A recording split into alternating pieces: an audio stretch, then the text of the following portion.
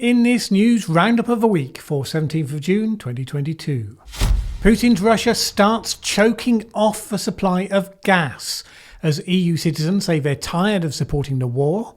American citizens go one better by concluding that their country will cease even being a democracy sometime soon. The recent crashing of cryptocurrencies raised questions about whether the libertarian dream they stood for is now dead.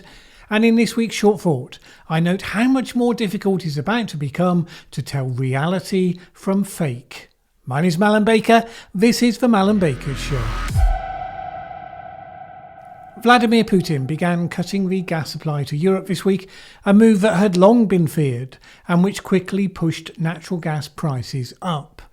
Russian energy giant Gazprom announced a drop in gas flows from 167 million cubic meters per day to around 67 million. That came just at the moment when a fire and explosion hit the Texas company Freeport LNG, the US firm responsible for a lot of the liquefied natural gas being shipped to Europe. The combination of the two was a major blow to European hopes of being able to build up stocks of gas before we reach next winter. Russia blamed the drop in gas flow on sanctions, saying that gas compressor units for needed repair are being held up in Canada. That claim was rejected by the German Economy and Climate Minister Robert Habeck, which he said was simply a pretext. The maintenance of these facilities is not under sanctions. I have also personally confirmed this to Siemens. We are in discussion with the Canadians about the extent to which, according to Canadian legal standards, the sanctions allow that. It could well be that Putin is now picking up on and keen to encourage the setting in of ennui amongst the Europeans when it comes to supporting the war. Polls of EU citizens have revealed a growing desire for a quick end to the conflict, even though that may be at the price of Ukraine ceding territory to Russia. According to polling by the European Council on Foreign Relations, France, Germany and Italy are seeing majorities among citizens in favour of the proposition Europe should seek to end the war as soon as possible, even if it means Ukraine making concessions. The alternative choice, the most important goal, is to punish Russia for its aggression and to restore the territorial integrity of Ukraine. That was in the minority. The fear in a number of European capitals is that Ukraine will come under pressure from France, Germany and Italy to give up territory in an echo of the 1938 Munich Agreement. And this week, the premiers of all three of those countries made their way to Kyiv to make their case. Now, in the event, they made a big public show of support for Zelensky and for Ukraine, arguing explicitly that the EU would not pressure Kyiv into negotiating peace on anything but its own terms, and topping it with a promise to give Ukraine candidacy status for EU membership. It's an interesting promise, but what's said in public and what happens behind the scenes in private can be significantly divergent. And the truth is that the growing pressures on European countries are only going to make it harder to hold that sort of line. This might also be a factor in the fact that China's Xi Jinping strengthened his support of Putin this week, stamping his authority once again on the partnership after months where some behind the scenes in China had been criticising the association.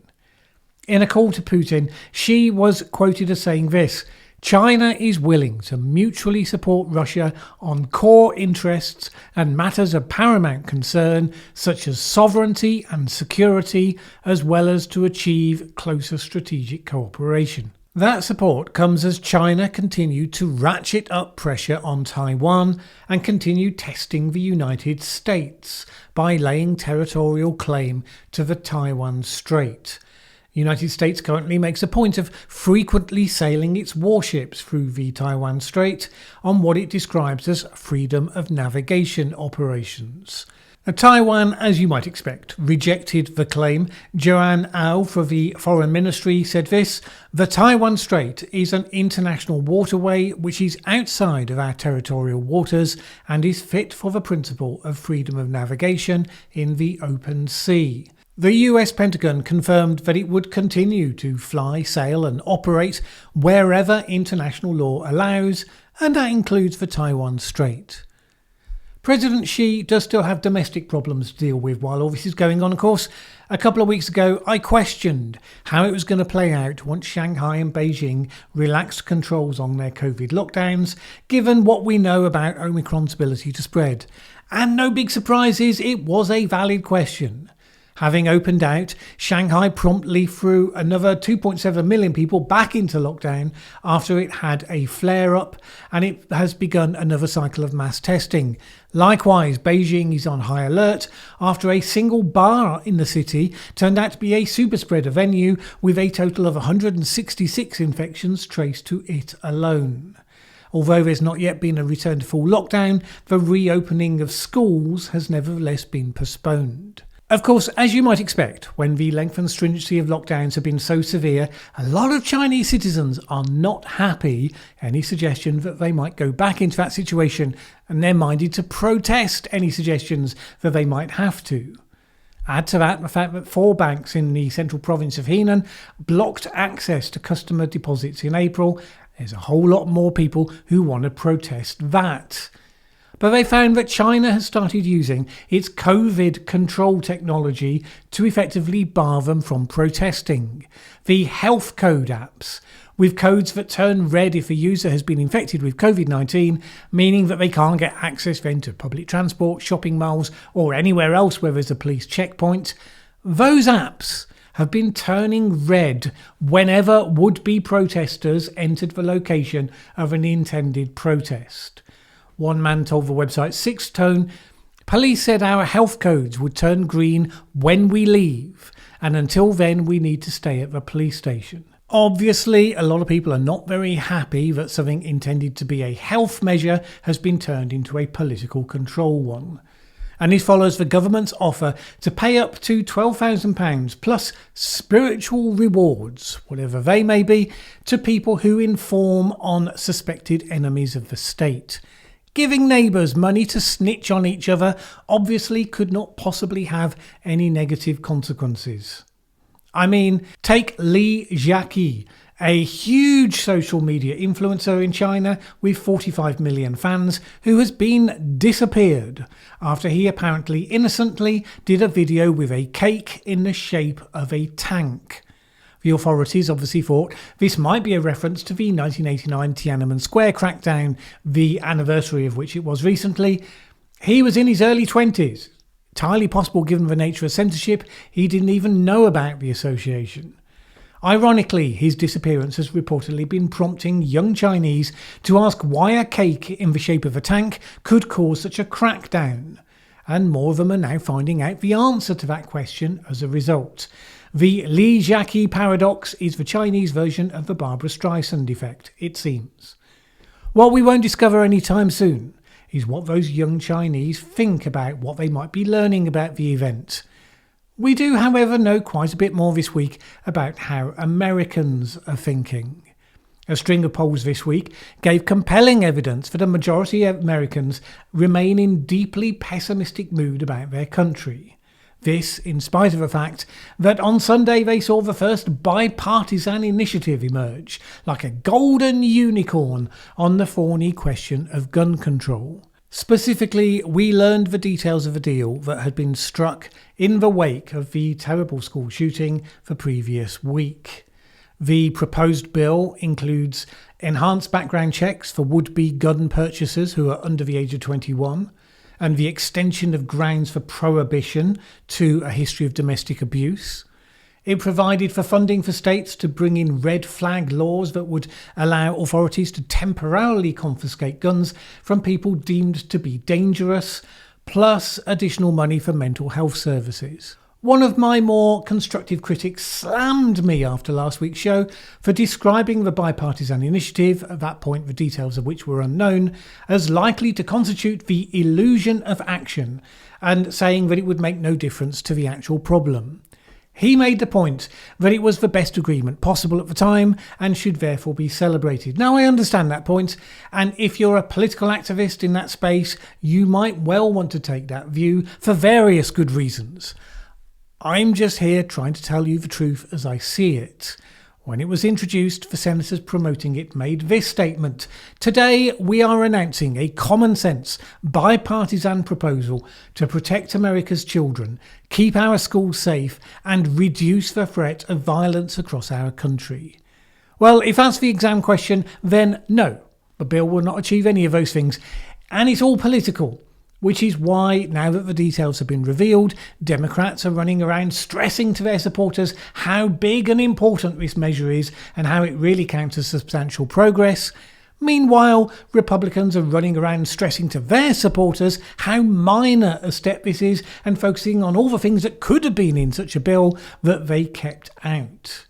So the way that people spin such bills is all about their campaign needs at the time. Pointing that out isn't in itself a criticism, it's just a political fact of life. I just ask for questions based on their own promises. Will it protect America's children? No. Will it keep schools safe? No. Will it reduce the threat of violence across the country? Impossible to prove one way or the other in advance, but if it does, it will be a minimal downshift. Is it worth doing? Well, on the grounds of that last point alone, probably. Just don't promise what you can't deliver. And the American people are generally not cheered by token gestures. They understand the challenges are somewhat deeper than that right now. And we've seen evidence of that in this string of polls. So, according to our Yahoo News YouGov poll, almost half of the country believes it is likely that the US will cease to be a democracy in the future. A poll of over 1,500 adults found that 55% of Democrats and 53% of Republicans take that pessimistic view. The inclusion of independents brought the percentages down slightly, bringing the total to 49%. Although the left and the right agree about the threat to democracy, unsurprisingly they disagree on the cause. Or I suppose you could say they agree that it's the other side's fault. A majority happily signed up to the description of their opponents as out of touch with reality, and a threat to America, and immoral, and a threat to me personally. A separate poll by Politico Morning Consult, released the same day, found that 3/4 of Americans feel that the country is going in the wrong direction, a view which has support from a majority on all sides. 74% of respondents said that things in the US are on the wrong track, compared to 26% who think it's going in the right direction. As I say, a majority on all sides, but as you would expect, not the same numbers. A slight majority of Democrats agree at 52%, 80% of independents, and 94% of Republicans. The perception was, unusually for such polls, pretty consistent across all age groups and indeed across sexes. According to a third poll, also released on the same day, we had a busy day for polls on Wednesday this week. This one by Gallup. Half of Americans assess the overall state of moral values in their country as poor. Only 12% see those moral values as being good right now, and a tiny 1% see them as excellent. This result is more driven by the views of Republican supporters, 72% of whom rated moral values in the country as being poor. Well, if America's moral values are declining, that makes a good parallel for the current fate of its cryptocurrencies. This week saw a continued major decline in the value of cryptocurrencies such as Bitcoin, raising the question whether the libertarian dream that they were supposed to enable has well and truly been exposed as a mirage. So this started last month, when the not-so-stable coin Terra collapsed, and that led to a dramatic moment of investor panic that knocked almost $200 billion off the value of Bitcoin and other major crypto coins. In recent days, the decline has picked up again. Prices have fallen to an 18-month low. The latest plunge was fueled by the crypto companies Celsius and Binance, blocking users from withdrawing their bitcoins. Very much like an old-fashioned run on the bank, except, in cyberspace. Now, is this just a bump in the road, an opportunity for the easily panicked to lose lots of money and the brave to see it all recover in the coming weeks to months? Or is it the end of the dream? The dream was a pretty good one. Here was a truly global currency that was not dependent on the banks, not dependent on the generally self-serving financial machine. The pseudonymous inventor of Bitcoin, Satoshi Nakamoto, said that it was all about taking power away from the big banks and handing financial power back to the people. In principle, it was meant to enable individuals to regain financial freedom in the face of the privacy-destroying big tech firms and the intrusive state. A revolution on a parallel track with the internet itself in serving the cause of liberty and freedom. It's a perfectly fine dream. It has had its passionate adherents, as I kind of found out when I did a video a while back, which wasn't especially for or against cryptocurrencies, but looked at the debate around Bitcoin's environmental impact. The trouble is that when it goes to scale, you get bigger companies, speculators, fraudsters, all of them start looking for opportunities to exploit flaws in the system. And those opportunities exist because most people don't have the high degree of tech literacy you would need to buy and sell Bitcoin in the raw, if you like, so they want companies to give them an app for it. That libertarian freedom gets exchanged for convenience, and that means the rise of intermediaries. Now, Celsius was one, operating like a lender, taking customer deposits in Bitcoin and lending it out for a fee. It offered interest rates of up to 19% and unsurprisingly managed to interest more than 1.7 million customers based on that promise. Customers who were not happy when it cited extreme market conditions as to why it had to block them from getting their money.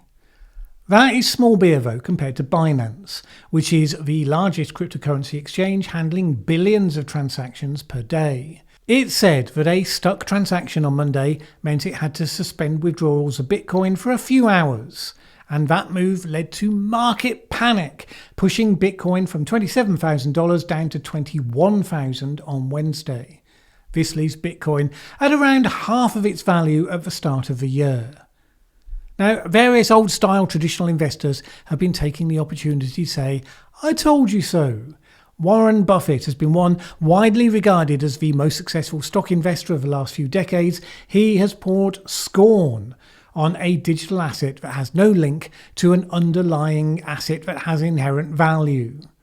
Company stocks have value because they're attached to a company that will create wealth in the future by making stuff or selling services. Without the wealth creation, the stock has no value. Of course, when companies fail, then the value placed on that future activity turned out to be wrong, people lose their money.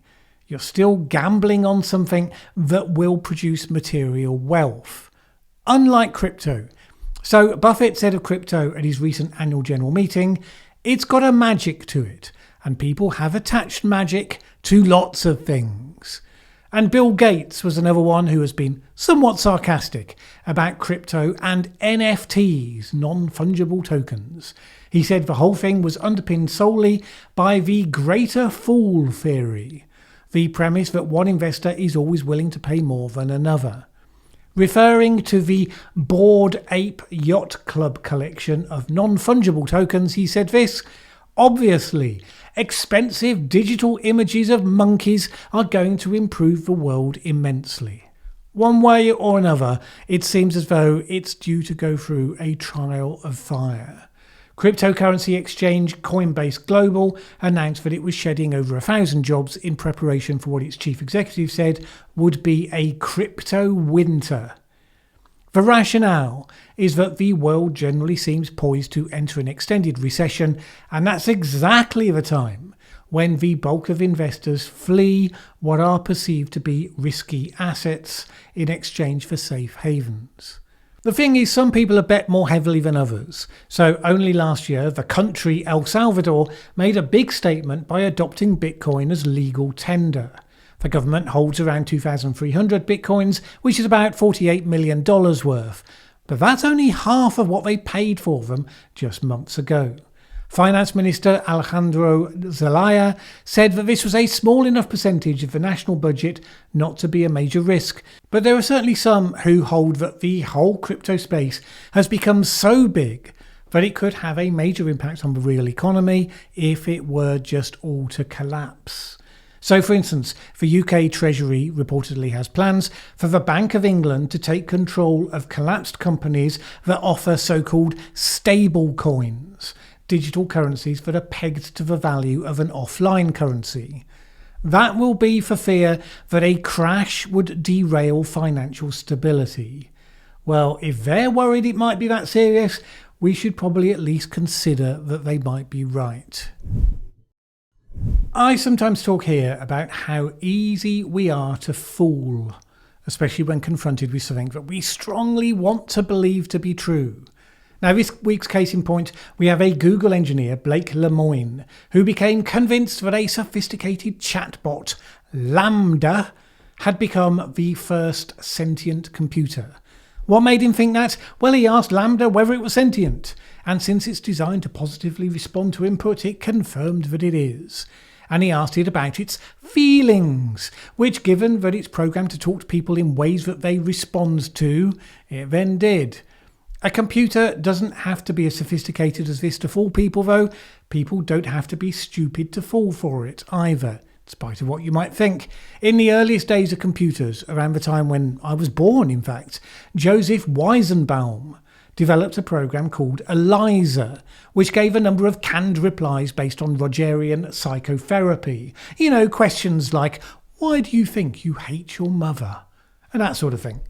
It became a sensation. Engineers got into arguments with it, thinking that they were talking to a co-worker. Some started thinking it was a real therapist and became strongly attracted to its feedback. Weizenbaum's own secretary at one point asked him to leave the room so she could have a private conversation with it. Now, since then, we've seen China's fabulously popular Weibo bot, which I talked about in my video on AI, which has hundreds of thousands of fans. And even now, a Google engineer, someone who should know more than most about how these programs work, seeing what he wants to see in the answers.